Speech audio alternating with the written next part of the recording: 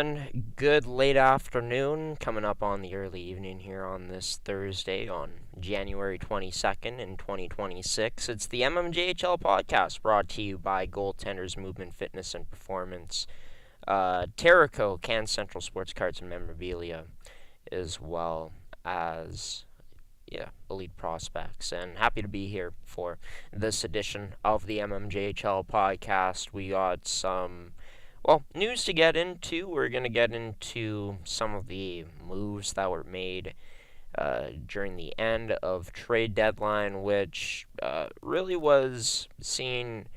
Well, there was, I guess, a few trades that we'll break down, a few moves that we'll break down. Not too much happened around the league this time around for this year's trade deadline, but we're going to be starting off this podcast with talking to a guest.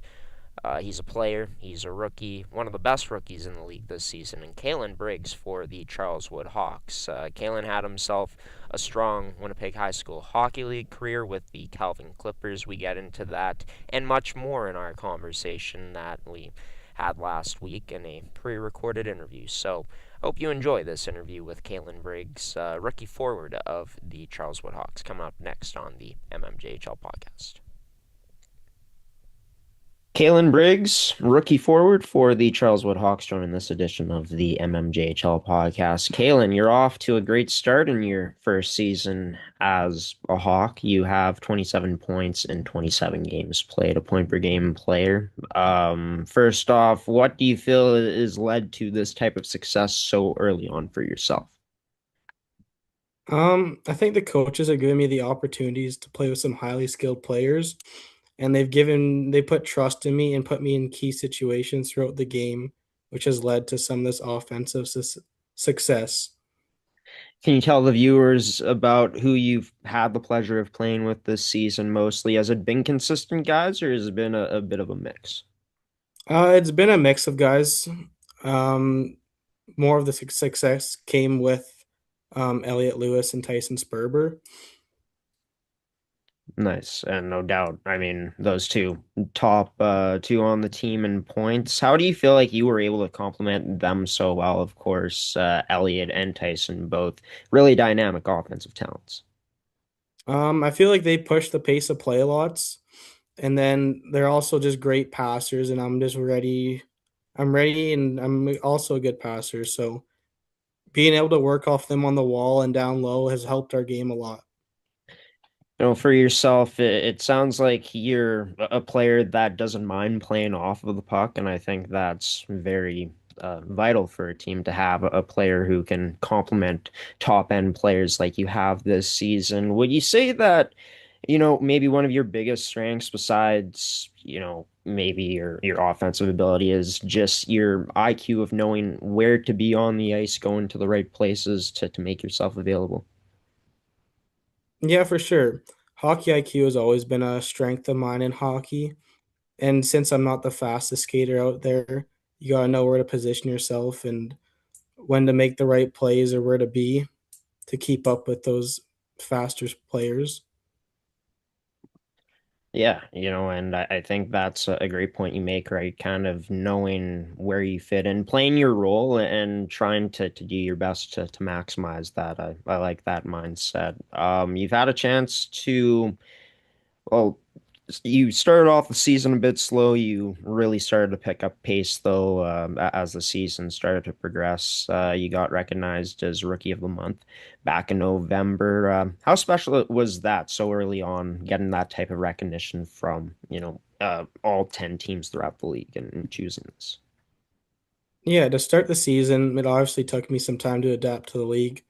The players are a lot bigger and stronger and faster. So to come from that high school level to the MMJHL, it was quite a step up. But once again, the coaches just put me in the a good situation and allowed me to play with a lot of skilled players. And obviously, during that month, the bounces went my way. Building off of that, speaking about high school, Kaelan, you played uh, a few years with Kelvin High. You ended up playing 3 seasons with that squad. You progressed year after year, 22 points in your rookie year back in 2023. or 2022, 2023, and 23, 24, 26 points in 24 games. And then last year in your senior year, exploding for 42 points in 23 games played. Obviously, your career, as you know, didn't end the way you had hoped, losing in a tough quarterfinal game in a packed house at Southdale against the Belleville Barracudas, but quite a special career for yourself in high school coming into the MMJHL. Take me back to what that experience was like for yourself. Yeah, high school was one of the best times for hockey, playing with my buddies and friends. And with Kelvin, what I really liked about that program was the coaching staff was fantastic, especially Matt McLeod. He started coaching in my first year for Kelvin, and from the very get-go, he showed a lot of trust in me. And throughout the 3 years, he helped me build a lot of confidence on the ice, and he just gave me the opportunities I needed to excel.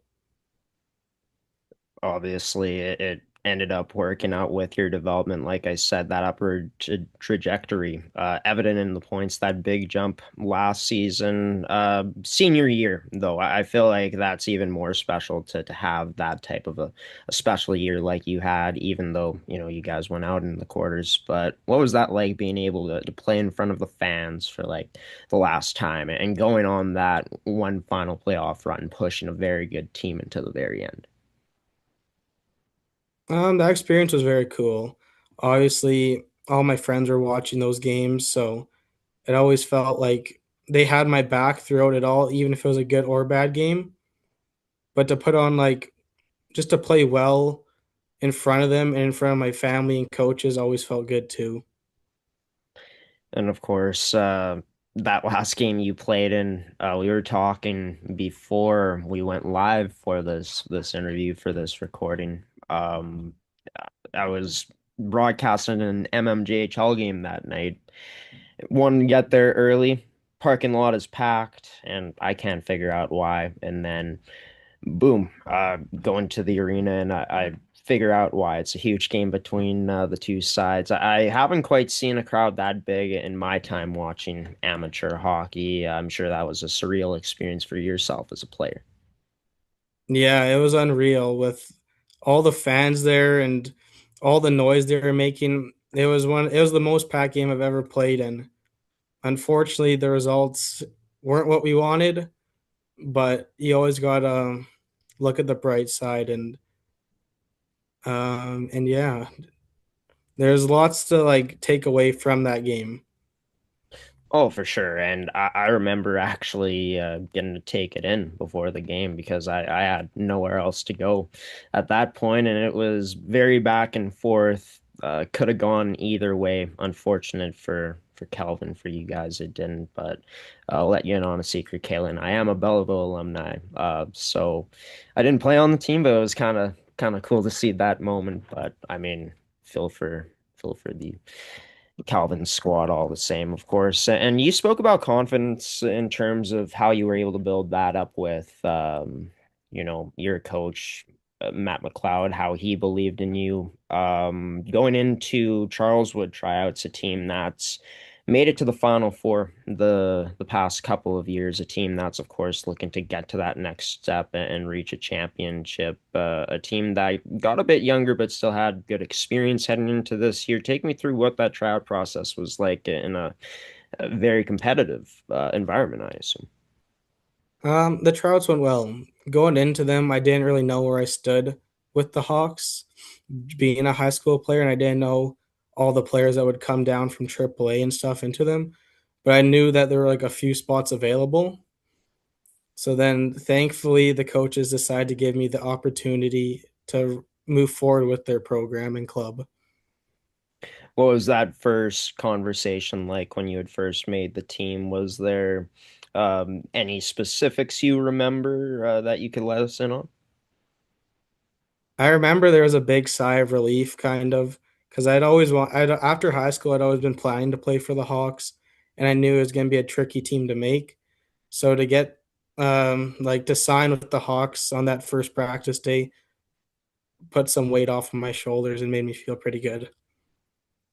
This Charleswood Hawks program, a dynasty for decades before the 2010s, right? A team that had basically run the 2000s and a team that won four in a row in the 90s, but a team that hasn't won a championship since 2011, 2012. And as time goes along, I feel like at one time that wasn't that long ago, but it's been a while since this Hawks team has been able to, I guess, make it back to that spot and be able to compete for a championship. With the pride that you have and wanting to play for the Hawks, like you said, growing up, how special would that be to be a huge part of this going forward throughout your MM career to potentially one day deliver this team a championship, to be a big piece of that?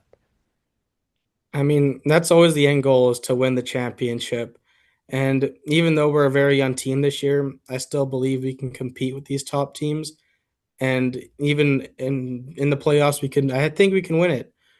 And I think we are a top team in this league. Yeah, this team, I think, definitely has the pieces to potentially be that team that raises the banner at the end, raising the Jack McKenzie Trophy. But what's that been like getting to compete against the teams of the likes of the Transcone Railer Express, the St. Boniface Reals, and all the competition that this Hawks team has faced this year? I've really been enjoying the season. All these teams are good competitions, and then just every night you got to bring it your all because whatever team plays a good full 60 minutes will get the win. So going into any night, any team can win. And that was, I guess, proven this past weekend as it was two really entertaining games. Two games where this Hawks team came out on the losing side of the result, blowing a two-goal lead on Friday against St. James, losing in the shootout, and then losing against the Fort Garry Twins. But overall, this season, this team's been very consistent. Speak about what's that been like in terms of it leading to this team's success. You feel like that's kind of been the recipe of this team being able to get to where they're at right now, top three. Yeah, I think we have a good group of guys who are wanting to come to work every day and work hard and be better. And I really like how we push each other. And then I think just moving forward, we just got to keep working hard and finding ways to stay more consistent throughout the full 60 minutes.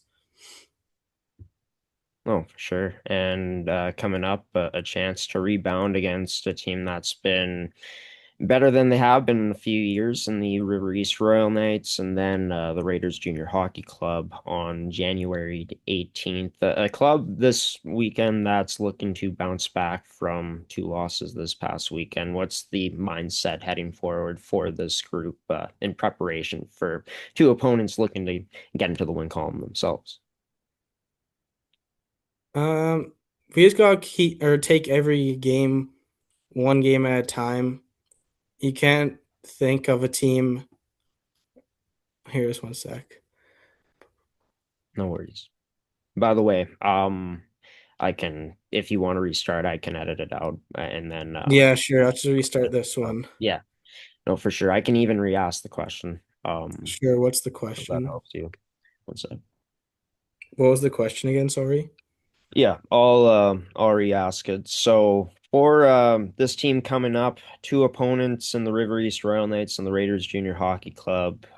Two opponents that, of course, have for the Raiders Junior Hockey Club season that's kind of taken a downward spiral in terms of them falling to eighth place, but still a quality team on paper. And then the River East Royal Knights, who have had a great season for themselves. And of course, this is a huge rivalry, Charleswood and River East. Every team is a rival in this league, but I know that this kind of hits a bit different for Charleswood. Take me through what I guess the mindset is for this team heading into this weekend against two teams where valuable points are up on the board. Going into this week, we kind of want to get off of a disappointing past weekend. So we're hoping to get back in the win column, and I think we'll do that by just staying consistent and working hard and playing a full 60. And I think we should be able to have a 4-point weekend with that. Well, for this Charleswood Hawks team so far this season, 17-8-3, and looking to further their gap on third place from the rest of the teams in the MMJHL. Rookie sensation Kaelan Briggs joining this edition of the MMJHL podcast. Thank you so much for joining me, Kaelan. Best of luck this weekend and the rest of the way. Thank you for having me. And that's Kaelan Briggs joining this edition of the MMJHL podcast. Currently sits at 28 points in 29 games in his rookie season. That's good enough for third on the team in points, leading all rookies on his team in scoring, of course. 14 goals, 14 assists. Very even there, and yeah, he was a real difference maker in his final years with the Calvin Clippers. He's already a difference maker here at the MMJHL level, and that's something that this Charleswood Hawks team really needs, especially since they did have some decent returning talent this year, but as Kaelan said, a bit of a younger Hawks group this year. That's top 4 in every single major statistical category. This is also a team that's just gotten Keegan Gordon back as he made his first start of the season this past Sunday against the Raiders Junior Hockey Club. So, yeah, this Hawks team moving forward going to be interesting to see if they'll be able to hold on to the third spot, as 2 teams have clinched playoff spots so far. The Transcona Railer Express, it was official last week, and then the St. Boniface Riels, it was made official this past week. We'll take a look at how, of course, trade deadline went as well here in the league, coming up near the end of this episode. But before we get into that, just want to take you through some games that ended up being postponed on Sunday. The Jets and Canucks were postponed, same with St. Boniface and Pembina Valley. Makes sense since Stonewall, Pembina Valley, those are the only non-city teams. As for us, we were supposed to broadcast River East and Fort Garry, but our broadcast crew that was supposed to do that from Prairie Sports Network was unfortunately stuck out in rural Manitoba, couldn't get in due to the highways. So just hoping that everyone stayed safe during this past weekend. A crazy snowstorm that hit. I know that it's basically like minus 50 outside too, with the wind chill. Heard somewhere that it's as cold about, it's as cold here as it is in a place like Antarctica, so that's pretty wild to hear. But we had a chance to broadcast Victoria's and Railer Express this past Sunday in a game where the Railer Express continued their long winning streak of now 21 games played. Or not 21 games played, a winning streak of 21 straight wins as they look to continue to expand that, keep on rolling along on that train until the wheels fall off at this point. And even if that team does suffer a loss at some point, whenever it is, I feel like they'll be capable of bouncing back again. But in terms of trade deadline, we're going to get into that coming up next. Some of the moves, the acquisitions that these teams made. I'm not going to get into every single move, unfortunately, because unfortunately there's not a list of transactions that have been made, and that's been documented in the MMJHL. But I'm going to try my best to go through every single roster, let you know what's a bit different at this point. And then coming up near the end of the show, we're going to get into some, well, potential history that could be made tonight in the MMJHL. Before we do that, we're going to throw it to a commercial break, and then we'll be back on this edition of the MMJHL podcast. Stay tuned, everybody. Can Central Sports Cards and Memorabilia offers the widest selection of sports cards and signed memorabilia in the city.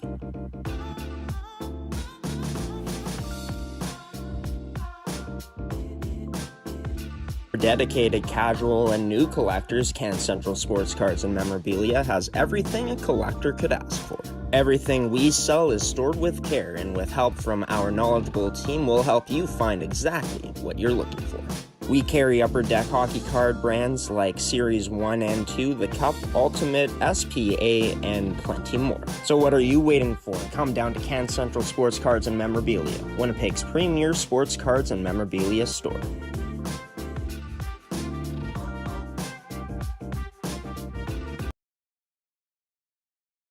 And welcome back to this edition of the MMJHL Podcast. It's 8 minutes before 5 o'clock here on this Thursday night, a Thursday where we are going to be broadcasting a game in the MMJHL between the St. Vital Junior Victorias and the Stonewall Jets. By the way, our broadcast schedule for this week, we got the only game on the schedule tonight for you, 2 games tomorrow, and then 2 games on Sunday, featuring a number of teams, the Victorias twice, the Stonewall Jets twice, Pembina Valley twice as well. Going to be fun to see River East and St. James in action. And St. James, as this season has picked up, is really looked impressive. They are 7th place currently, but a game in hand on the Fort Garry Twins, 2 games in hand on the River East Royal Knights too, and once they do finally get within the same number of games played, will be interesting to see how things shake out in the standings. But we're going to get into trade deadline now. This year, in terms of trades from within the MMJHL, there were a few made. Last year during the Christmas break, I feel like we saw quite a bit more activity compared to this year, and then some late trades made from within the league in the final week leading up to trade deadline last year. But this year, a trend that I ended up seeing was the teams that weren't really active in trade deadline ended up adding some pieces to their team, like the Transcon Railer Express, for example. This is a squad that didn't make any trades, didn't trade away their big-name talent, but they did go out and utilize their MJHL connections as they were able to add on to what is already such a complete team with players in the MJ that didn't quite pan out in their situations. Maybe a bit of an underperformance for them, and looking for a fresh start for this moment in time. It could be good for these players' confidence. It's not saying that they can't make it back to the MJHL again, but in terms of players like Tyson Vu Riot, number 13, he's been a new addition to this squad. Former MJHLer who's a point per game through his first 3 games played with Transcona since being acquired by them. And then another player would be Ben Gagne, who has had a chance to play on their top line so far, number 28, who is also a point per game. So an absolute win for the Transcona Railer Express. You don't lose anyone from your core, and in fact, you go out and you add a bit more offensive touch to your game. These 2 players really good along the boards on the forecheck. They got some good quickness, good foot speed, and nice vision so far from what we've seen. And for the Transcona Railer Express, well, what better way to get better than they have? I don't really think there is any better way. This team doing a pretty darn good job during the trade deadline this season. As for the St. Boniface Riels, a squad that actually ended up getting a hold of Ethan Penner from the St. Vital Junior Victorias. Now, I didn't see any players, like roster players, exchanged, so maybe the Victorias ended up getting the rights of some players from the St. Boniface Riels. But for St. Boniface, they add to already what is one of the best goaltending rooms in the league by going out and getting Ethan Penner, a player that's been around this league. Of course, another connection with a former St. Vital Junior Victoria staff member in Jeff Mitchell being an assistant coach on the Riels. But for St. Boniface, they were also able to go out and acquire an MJHL player.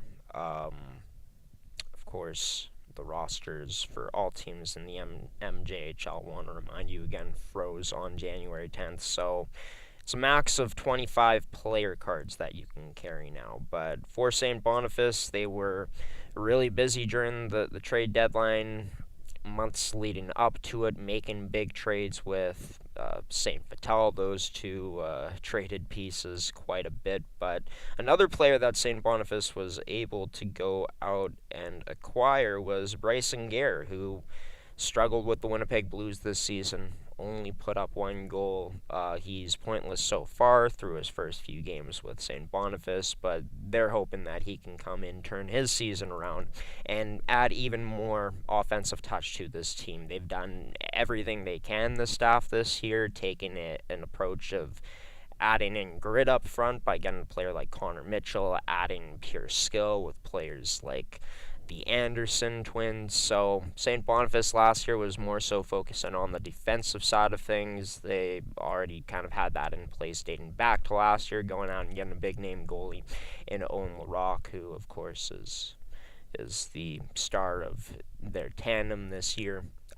And rightfully so. But yeah, St. Boniface making one more move, adding in a bit more talent up front to pair with what they've already been building so far, which is quite nice. Mentioned the Charleswood Hawks. I guess the big addition that they got back would be Keegan Gordon, last year's goaltender of the year in the MMJHL. Look, this is a year for Charleswood where, I've said it before, I think they're very much a contender again. I think everything on paper shows that so far this year in their major statistics. It's just about moments for this team and, how are they going to respond through the adversity, especially being on a bit of the younger side this season. Felt like this team maybe should have went out, got more experience on the back end. They didn't end up doing that, but for Charleswood, I think they're in a great position. Third place currently. It's going to be a battle for that third spot for the rest of the season, but I just want to take a look at this team's overall roster. Take a look if there is any new names that maybe I ended up missing, and yeah, really not any new names except for Keegan Gordon. So I think that's huge to get Gordon back in. Obviously, a goaltender last year that was facing quite the workload. He played almost every single game for the Charleswood Hawks, and that was a big reason why he got the award, and I think that was really impressive that he was able to put up the numbers he did like that last year, given the amount of times he had to start for Charleswood. But just taking a look at where he's been this season, yeah, he's had some time off, been recovering from I'm not sure what, but he's finally ready to go. And for Charleswood, hey, maybe right there you find your X factor in goal, a goaltender that can maybe steal games for you moving forward this season once he does get into the full swing of things, gets more games under his belt. So yeah, that's for the Charleswood Hawks. Not totally active this year, but hey, they were big buyers last year and it didn't quite work out for them. As for the Stonewall Jets, a team which I'm still going to be getting into in just a little bit here, a player with a chance to potentially make some history tonight, but yeah, taking a look at this team, there's really nothing that they ended up adding on, and I don't really think they needed to. I think that Pat Power, the Stonewall Jets staff, this organization likes what they have. They've trusted in this group, and it could potentially pay off this year, right? Like getting a taste of playoffs last year, and now they're within a few points of third place, 4 points behind Charleswood with a game in hand, and they've trusted in their pieces to continue to get better and better as the season has gone along. I know I had mentioned that Cohen Chang maybe be a piece that teams would be interested in. Stonewall able to, of course, hang on to him, and that was just, total speculation from me. I didn't go based off of sources or anything. That was just like an opinion that I put out there, but yeah, for Cohen Chang, I mean, he's going to be, I think, a potential big-time piece for this team come playoff run, and I think he could be pretty underrated come playoff time. Even adding on more to this team's depth scoring if he's able to get hot, right? But yeah, for Stonewall, they had such a great nucleus coming in this season. We've seen players like Gavin Halad take a huge step this year. Peyton Bateman playing up to his standards, maybe even below. Maybe we haven't even seen the best of Peyton Bateman yet this year, but I think that's what's really exciting about Stonewall. There's still so much, I think, potential from this team, and they've just been proven more and more why they were considered so highly touted coming into this year with their most recent results. They put up a lot of shutouts. This team isn't only getting good goaltending, but has been getting pretty good defensive play from around their goaltenders as well, as they've only given up about 32.8 shots on average. And for a team that's so reliant on a transition game to build their offense, to establish the zone first, I think that a team that plays in, maybe some back and forth games quite a bit, for that to be the average, that's pretty impressive. And yeah, like I said, when it does break down, they got one of the best goaltenders in the league to backstop them. So yeah, my thoughts on Stonewall, I think that it was a trade deadline where, yeah, you really didn't have to go out and add anything or go out and give anything away. This team, look out for them come playoff time.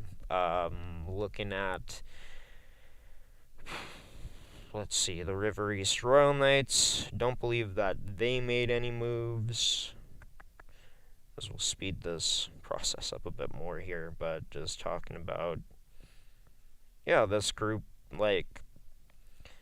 they got some really nice rookies to come into this team heading into this season. Of course, Karsten Wolleshen, in his first full season with the team, 18 goals for. Nolan Fielding, top point getter in the Platinum Promotions division in high school hockey last year in the Winnipeg High School Hockey League. He's fitting quite nicely. And yeah, a team that, usually the past few years we've seen them as a seller, and that's because they've been out of the playoff hunt, or it was looking like they were pretty much going to be out of it come Christmas time. But this season, it's a team that I think has a lot of hope, maybe renewed energy throughout the organization this year with a few changes that were made heading into the year. And it's a group which they put a lot of trust in this year, and they've delivered. This veteran group led by guys like Lane Richardson, of course, Kaelan Reynolds coming back, and so many others to this team. And I think, too, what's been such a great thing that's paid off is everyone is bought in there. Talking to head coach Manny Manouk, he said to me, I'll paraphrase it, but sometimes when you get players helping out, maybe they're not quite experienced on the coaching side, and maybe they don't know exactly how to complement things, but yeah, those coaches who were players just last year, former captain and Anthony Jacob and Manny Manouk Jr., have not just been tremendous help for him on the bench, but valuable pieces that it seems like Manny Manouk is listened to quite a bit this year, with this team being pretty locked in together. So you see it in their social media posts. They're having a lot of fun with each other. This is a team that, of course, is in 5th place heading into this week. We'll get a chance to see them here on the network. And a team that is going to be gearing up for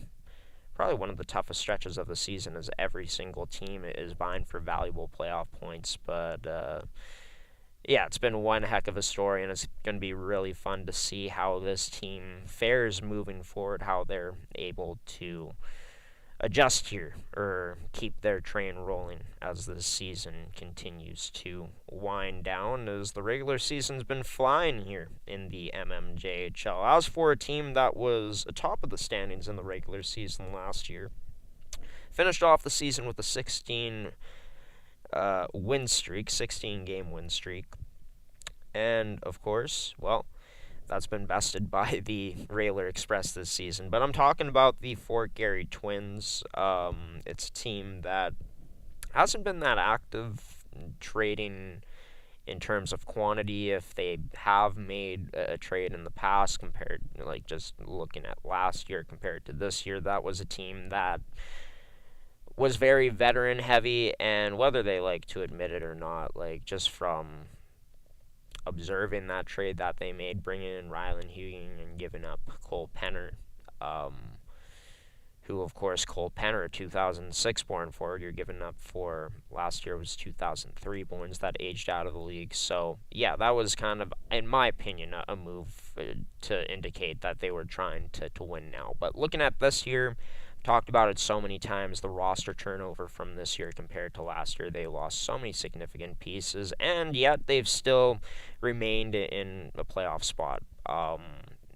They most likely will make the playoffs. This team has been able to put together a good stretch of wins as the season's gone along. They've gotten really good play from their goaltender, and Alex Pauls, from what I've heard, said that he didn't want to go anywhere. He wanted to stay right in Fort Garry. So that shows you the belief that a player of Alex Paul's caliber, it shows you the belief that he had in this group, and a group that, of course, has had their young guns step up, like Lucas Spencer, Drew Russell, which they're hoping are going to be with them for the foreseeable future. But yeah, it doesn't look like this team made any moves to add in any vets to their roster. They didn't add in any MJHL talent. They too stood pat during the trade deadline, and I think that was the right move. I think they like their rookies they have right now and are looking to just use this season as a learning step in the process of building towards a championship.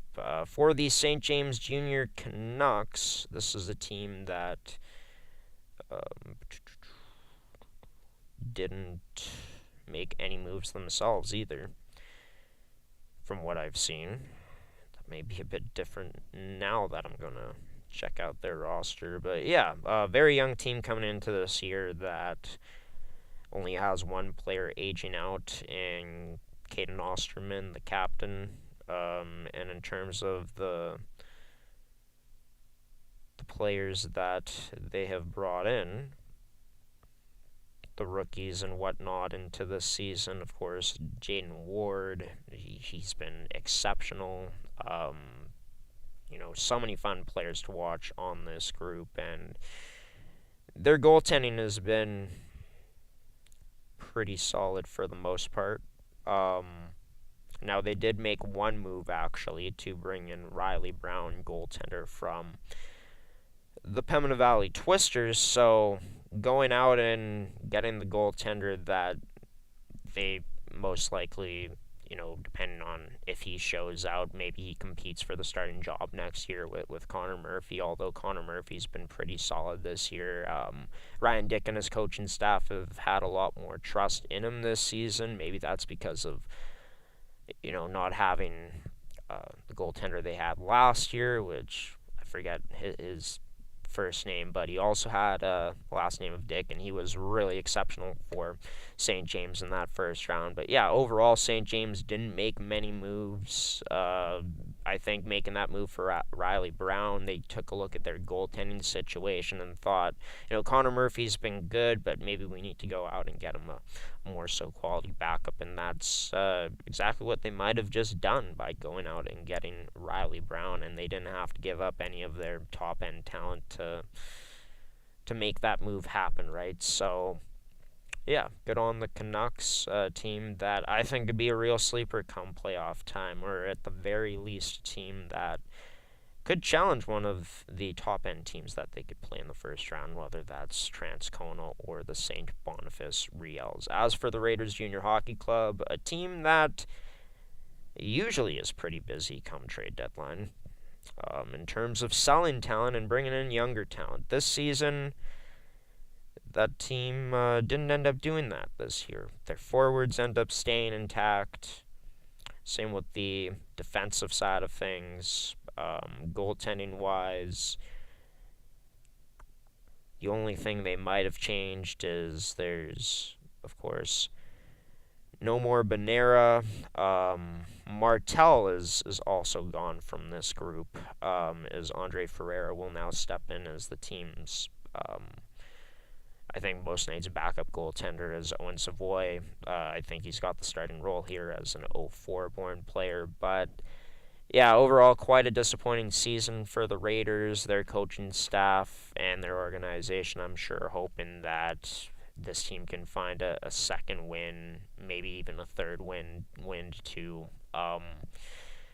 get some mojo back. This is a team that had some really high highs to start off the season, a team that was controlling play a lot better, but as you take a look at the season as it's gone along, they've now given up more shots than they've put up in a game, and that has been one of the issues with this team. A team that is also, as I've talked about many times, had many moments where they give up a bulk of goals, and then boom, you're behind the 8 ball, chasing the game quite a bit. That win against St. Vital on Sunday was huge for them, because if there's any team in the standings that I expect to fall, if there was, out of the bottom 4 playoff teams, it would be the Raiders Junior Hockey Club. I feel like teams in front of them are trending upwards a lot better than they have been, and I think that they've invested, obviously, in these players with trades over the years. It's time to see some return on that investment come playoff time. As for the St. Vital Junior Victorias, this team was the biggest seller this year at trade deadline. A team that made a bunch of trades with the St. Boniface Riels.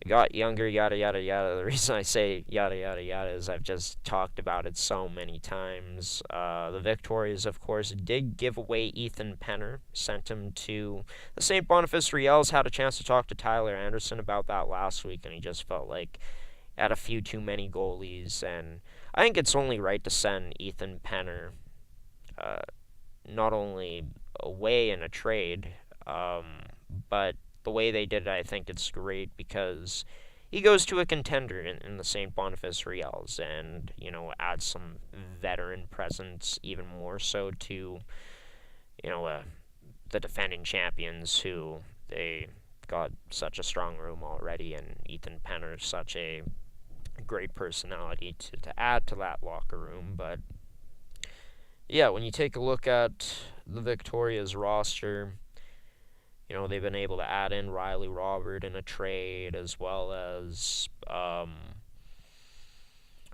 also looking Grayson Matthews, Matthew Quayle. They did have Cashton Long, but he's no longer playing in the MMJHL. I believe he's gone to Norway House in Junior B.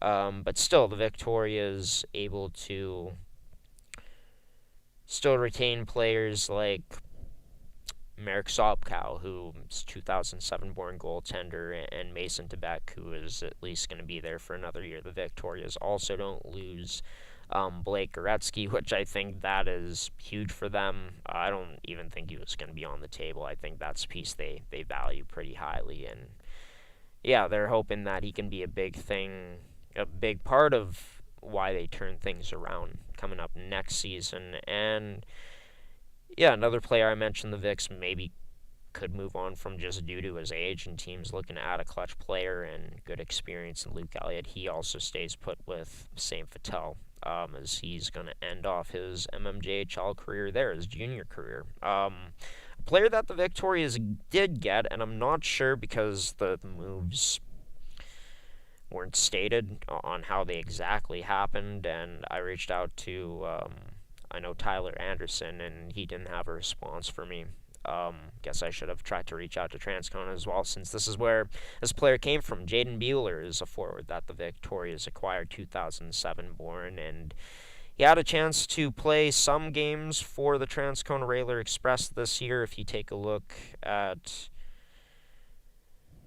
his MMJHL stats, I believe he played 15 with Transcona, and then, of course, has had a chance to play 3 with the Victorias so far. So, a piece that Transcona was willing to move on from, knowing that Bueller, not important to their plans exactly right now, which, of course, they're trying to go for a championship. Bueller is not a player that we saw in the lineup consistently this year for Transcona. So, overall, I think that this trade deadline for St. Vital,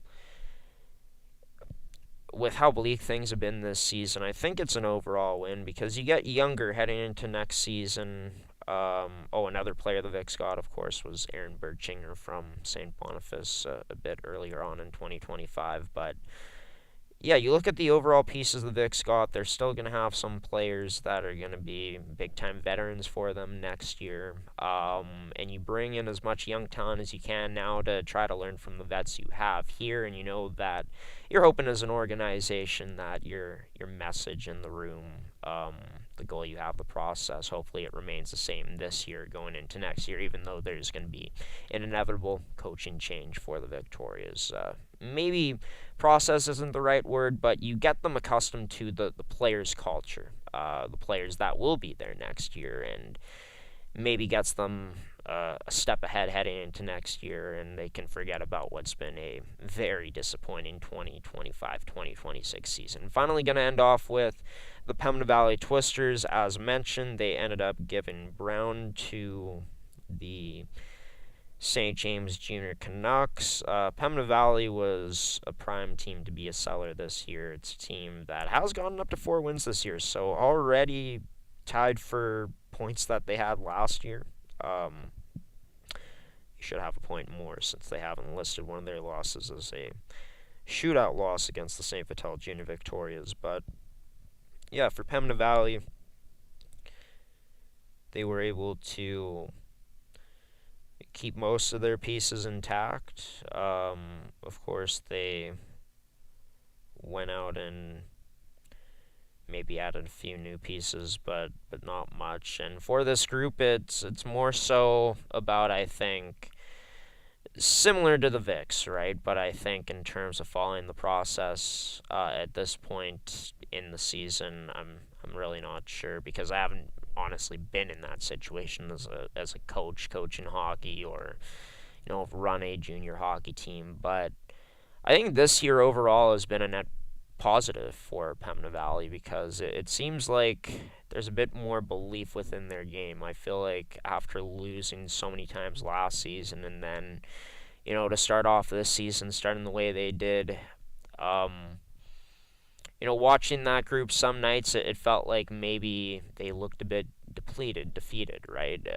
Losing so much as many times as you did last year, and to start off this year, I think, like, for competitors out there, that starts to take a toll on your psyche, right? But since they brought in some new coaches that have had some MJHL experience in Coach Unger, seems like this team is playing with a bit more life, has been doing, a lot more good things. And if they're able to continue to build off of this and build confidence heading into next year, leave off this season with a good taste in your mouth, and try to go out and stun some teams, maybe, for Pembina Valley, we start to see them on the up and up next season. But this was a team that maybe I thought they'd look to sell more players, right, to try to maybe bring in some assets for themselves, something that they feel like they can build on better for the future. They decided to stick with their guns for the most part and trust in the process with this new coaching staff that they have. So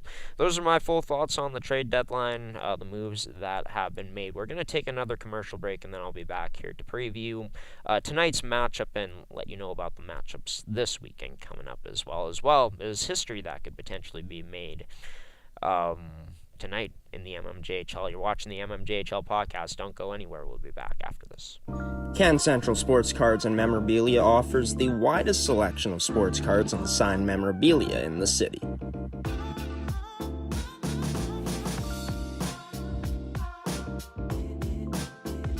For dedicated casual and new collectors, Can Central Sports Cards and Memorabilia has everything a collector could ask for. Everything we sell is stored with care, and with help from our knowledgeable team, we'll help you find exactly what you're looking for. We carry Upper Deck hockey card brands like Series 1 and 2, the Cup, Ultimate, SPA, and plenty more. So what are you waiting for? Come down to Can Central Sports Cards and Memorabilia, Winnipeg's premier sports cards and memorabilia store.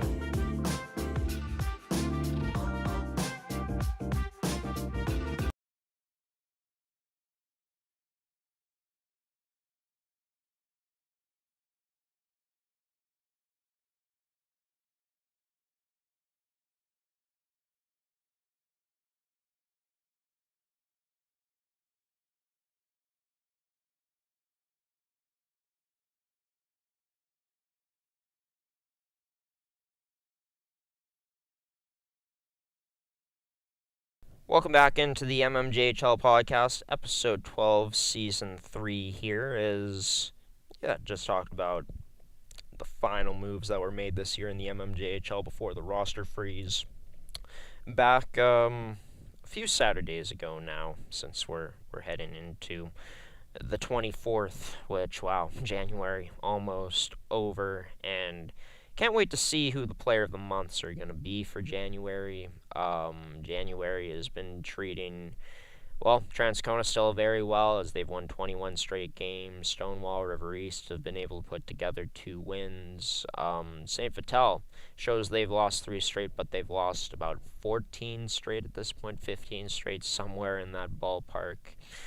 A season where they were huge sellers, which usually this team is a huge buyer come trade deadline. These were the games last week in the MMJHL, or last Sunday, as I should say. Check out the full schedule at mmjhl.ca. But as for tonight and tomorrow, we're going to have the one-game broadcast for you. As mentioned, Victoria's and the Stonewall Jets. And then tomorrow, we're going to have Riel's, Vicks, Jets, Twisters. Sunday, 2 games for you as well, as it'll be Raiders, Royal Knights, and Canucks and Twisters battling it out in a afternoon of a couple Sunday MJHL game day broadcasts. One from Seven Oaks, one from at McDonald Arena. So our crew in the city of Winnipeg this week for most of our games, but as for tonight, we're looking at a history watch. Spencer Hunnam, it's been reported that he is going to get the start against St. Vital, and why this is so significant, and this is something that I didn't even know about, honestly. It didn't even occur to me until I saw the headline today on the MMJHL's website. But Spencer Hunnam has tied the single-season record for shutout wins this year with his 6 in 22 games played. The first player to reach 6 shutouts in MMJHL history, or at least since 2007, was Hawks goaltender in Ryan Hall back in 2017-18. And then Jeremy Pickles said, "Hold my beer," and put up 6 shutouts a season after that in 3 more games played. So if Spencer's able to break the record tonight with a shutout win against the St. Vital Junior Victorias, he would do it in 2 less games than Hall, which first set it back, of course, in 2017-18. And I've talked about Spencer Hunnam all season long. If he's able to set this mark, I know there's still some season left to be played. I think Sage Delarone is second in shutouts with 4. But yeah, I know I had Sage as my goaltender of the year. Spencer Hunnam, if he's able to go out and break the record, man, he could very well be playing himself into the goaltender of the year category with this trade. And I think he already was in the conversation heading into this season, given the phenomenal rookie season he had last year. This year he did start off a bit slow when we take a look back at his game log.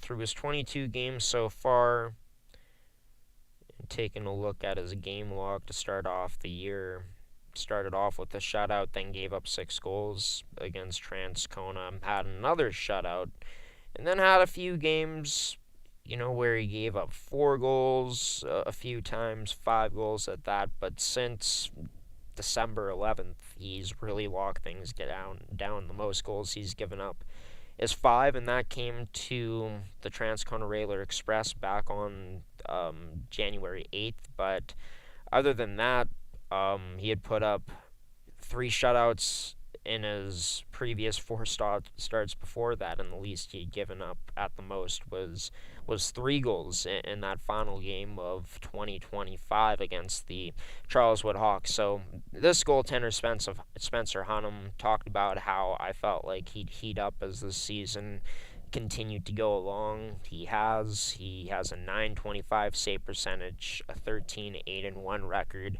and of course tied for the single season shutout record in MMJHL history. And this has been a goaltender that's looked more comfortable as the season has gone along. His athletic ability is one of the big strengths of his game, too, his ability to make reactionary saves. And with the record basically within arm's reach at this point, whether it gets done tonight or in his next few starts, I think that Spencer, based off of his ability, has a pretty good chance to accomplish that, if not tonight, in the next few games, because St. Vital, they're hungry, they're desperate, trying to get back in the win column. This is a team, too, that, this season, they've lost 15 games straight.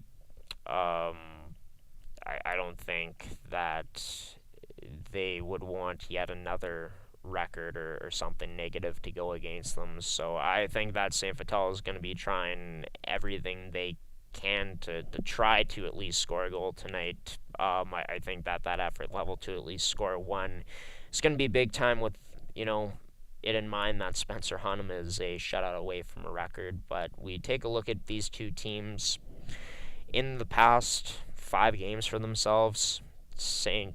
Vital obviously continuing to trend in the downward direction compared to the Stonewall Jets, but one of St. Vital's last wins came to the Stonewall Jets team, and it was a game where St. Vital skated with them, played one of their more consistent games all season long, and that's really been the biggest problem with St. Vital this year. It's been about giving up big-time goals in big-time moments, or taking a penalty in the wrong moment, and then you shoot yourself in the foot there. If they can limit those types of mistakes in this game, find some consistency, I think that they have a chance to really compete with the Stonewall Jets team. But if I'm a betting man, I'd probably bet on Stonewall tonight, just based off of how this team has been able to respond as the season has gone along, a team that has kept scores down as this season has gone along, and a team that once they get their speed going, they're pretty hard to contain. And I think the start of this game is going to be pretty important. Can St. Vital get on them right away, and can they keep their feet on the gas? If they're unable to, it could be a long night for the St. Vital Junior Victorias team. But with maybe the distractions around St. James or Stonewall heading into this one, maybe that's something that St. Vital can use to their advantage if they can come in with a more locked-in mindset. And if Stonewall's a bit distracted and don't quite get to their game right away, and St. Vital is able to get them down, then they're kind of working from behind, right? And it's always interesting to see when a team has to battle back from that type of adversity, a small deficit that they have to battle back from. So tonight it should be pretty fun to watch. Coverage is going to get going at 7:30 p.m.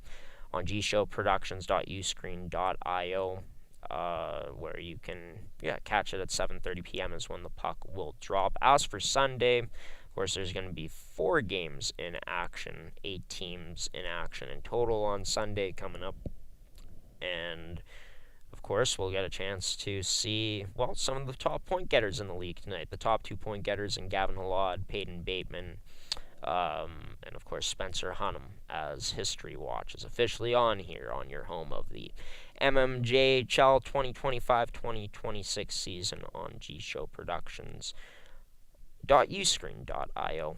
Of course, here's a reminder, 5 games we'll have coming up this week for you broadcasted on the network. Be sure to check all of our broadcasts out at gshowproductions.uscreen.io, or at least the ones that are still on our network, as we've had to unload games due to some spacing issues on Uscreen. But yeah, that's going to do it for this edition of the MMJHL Podcast. I've been your host, Graham the G Show Forsyth. We'll be back again next week, everybody, with some more guests on the show, I'm hoping.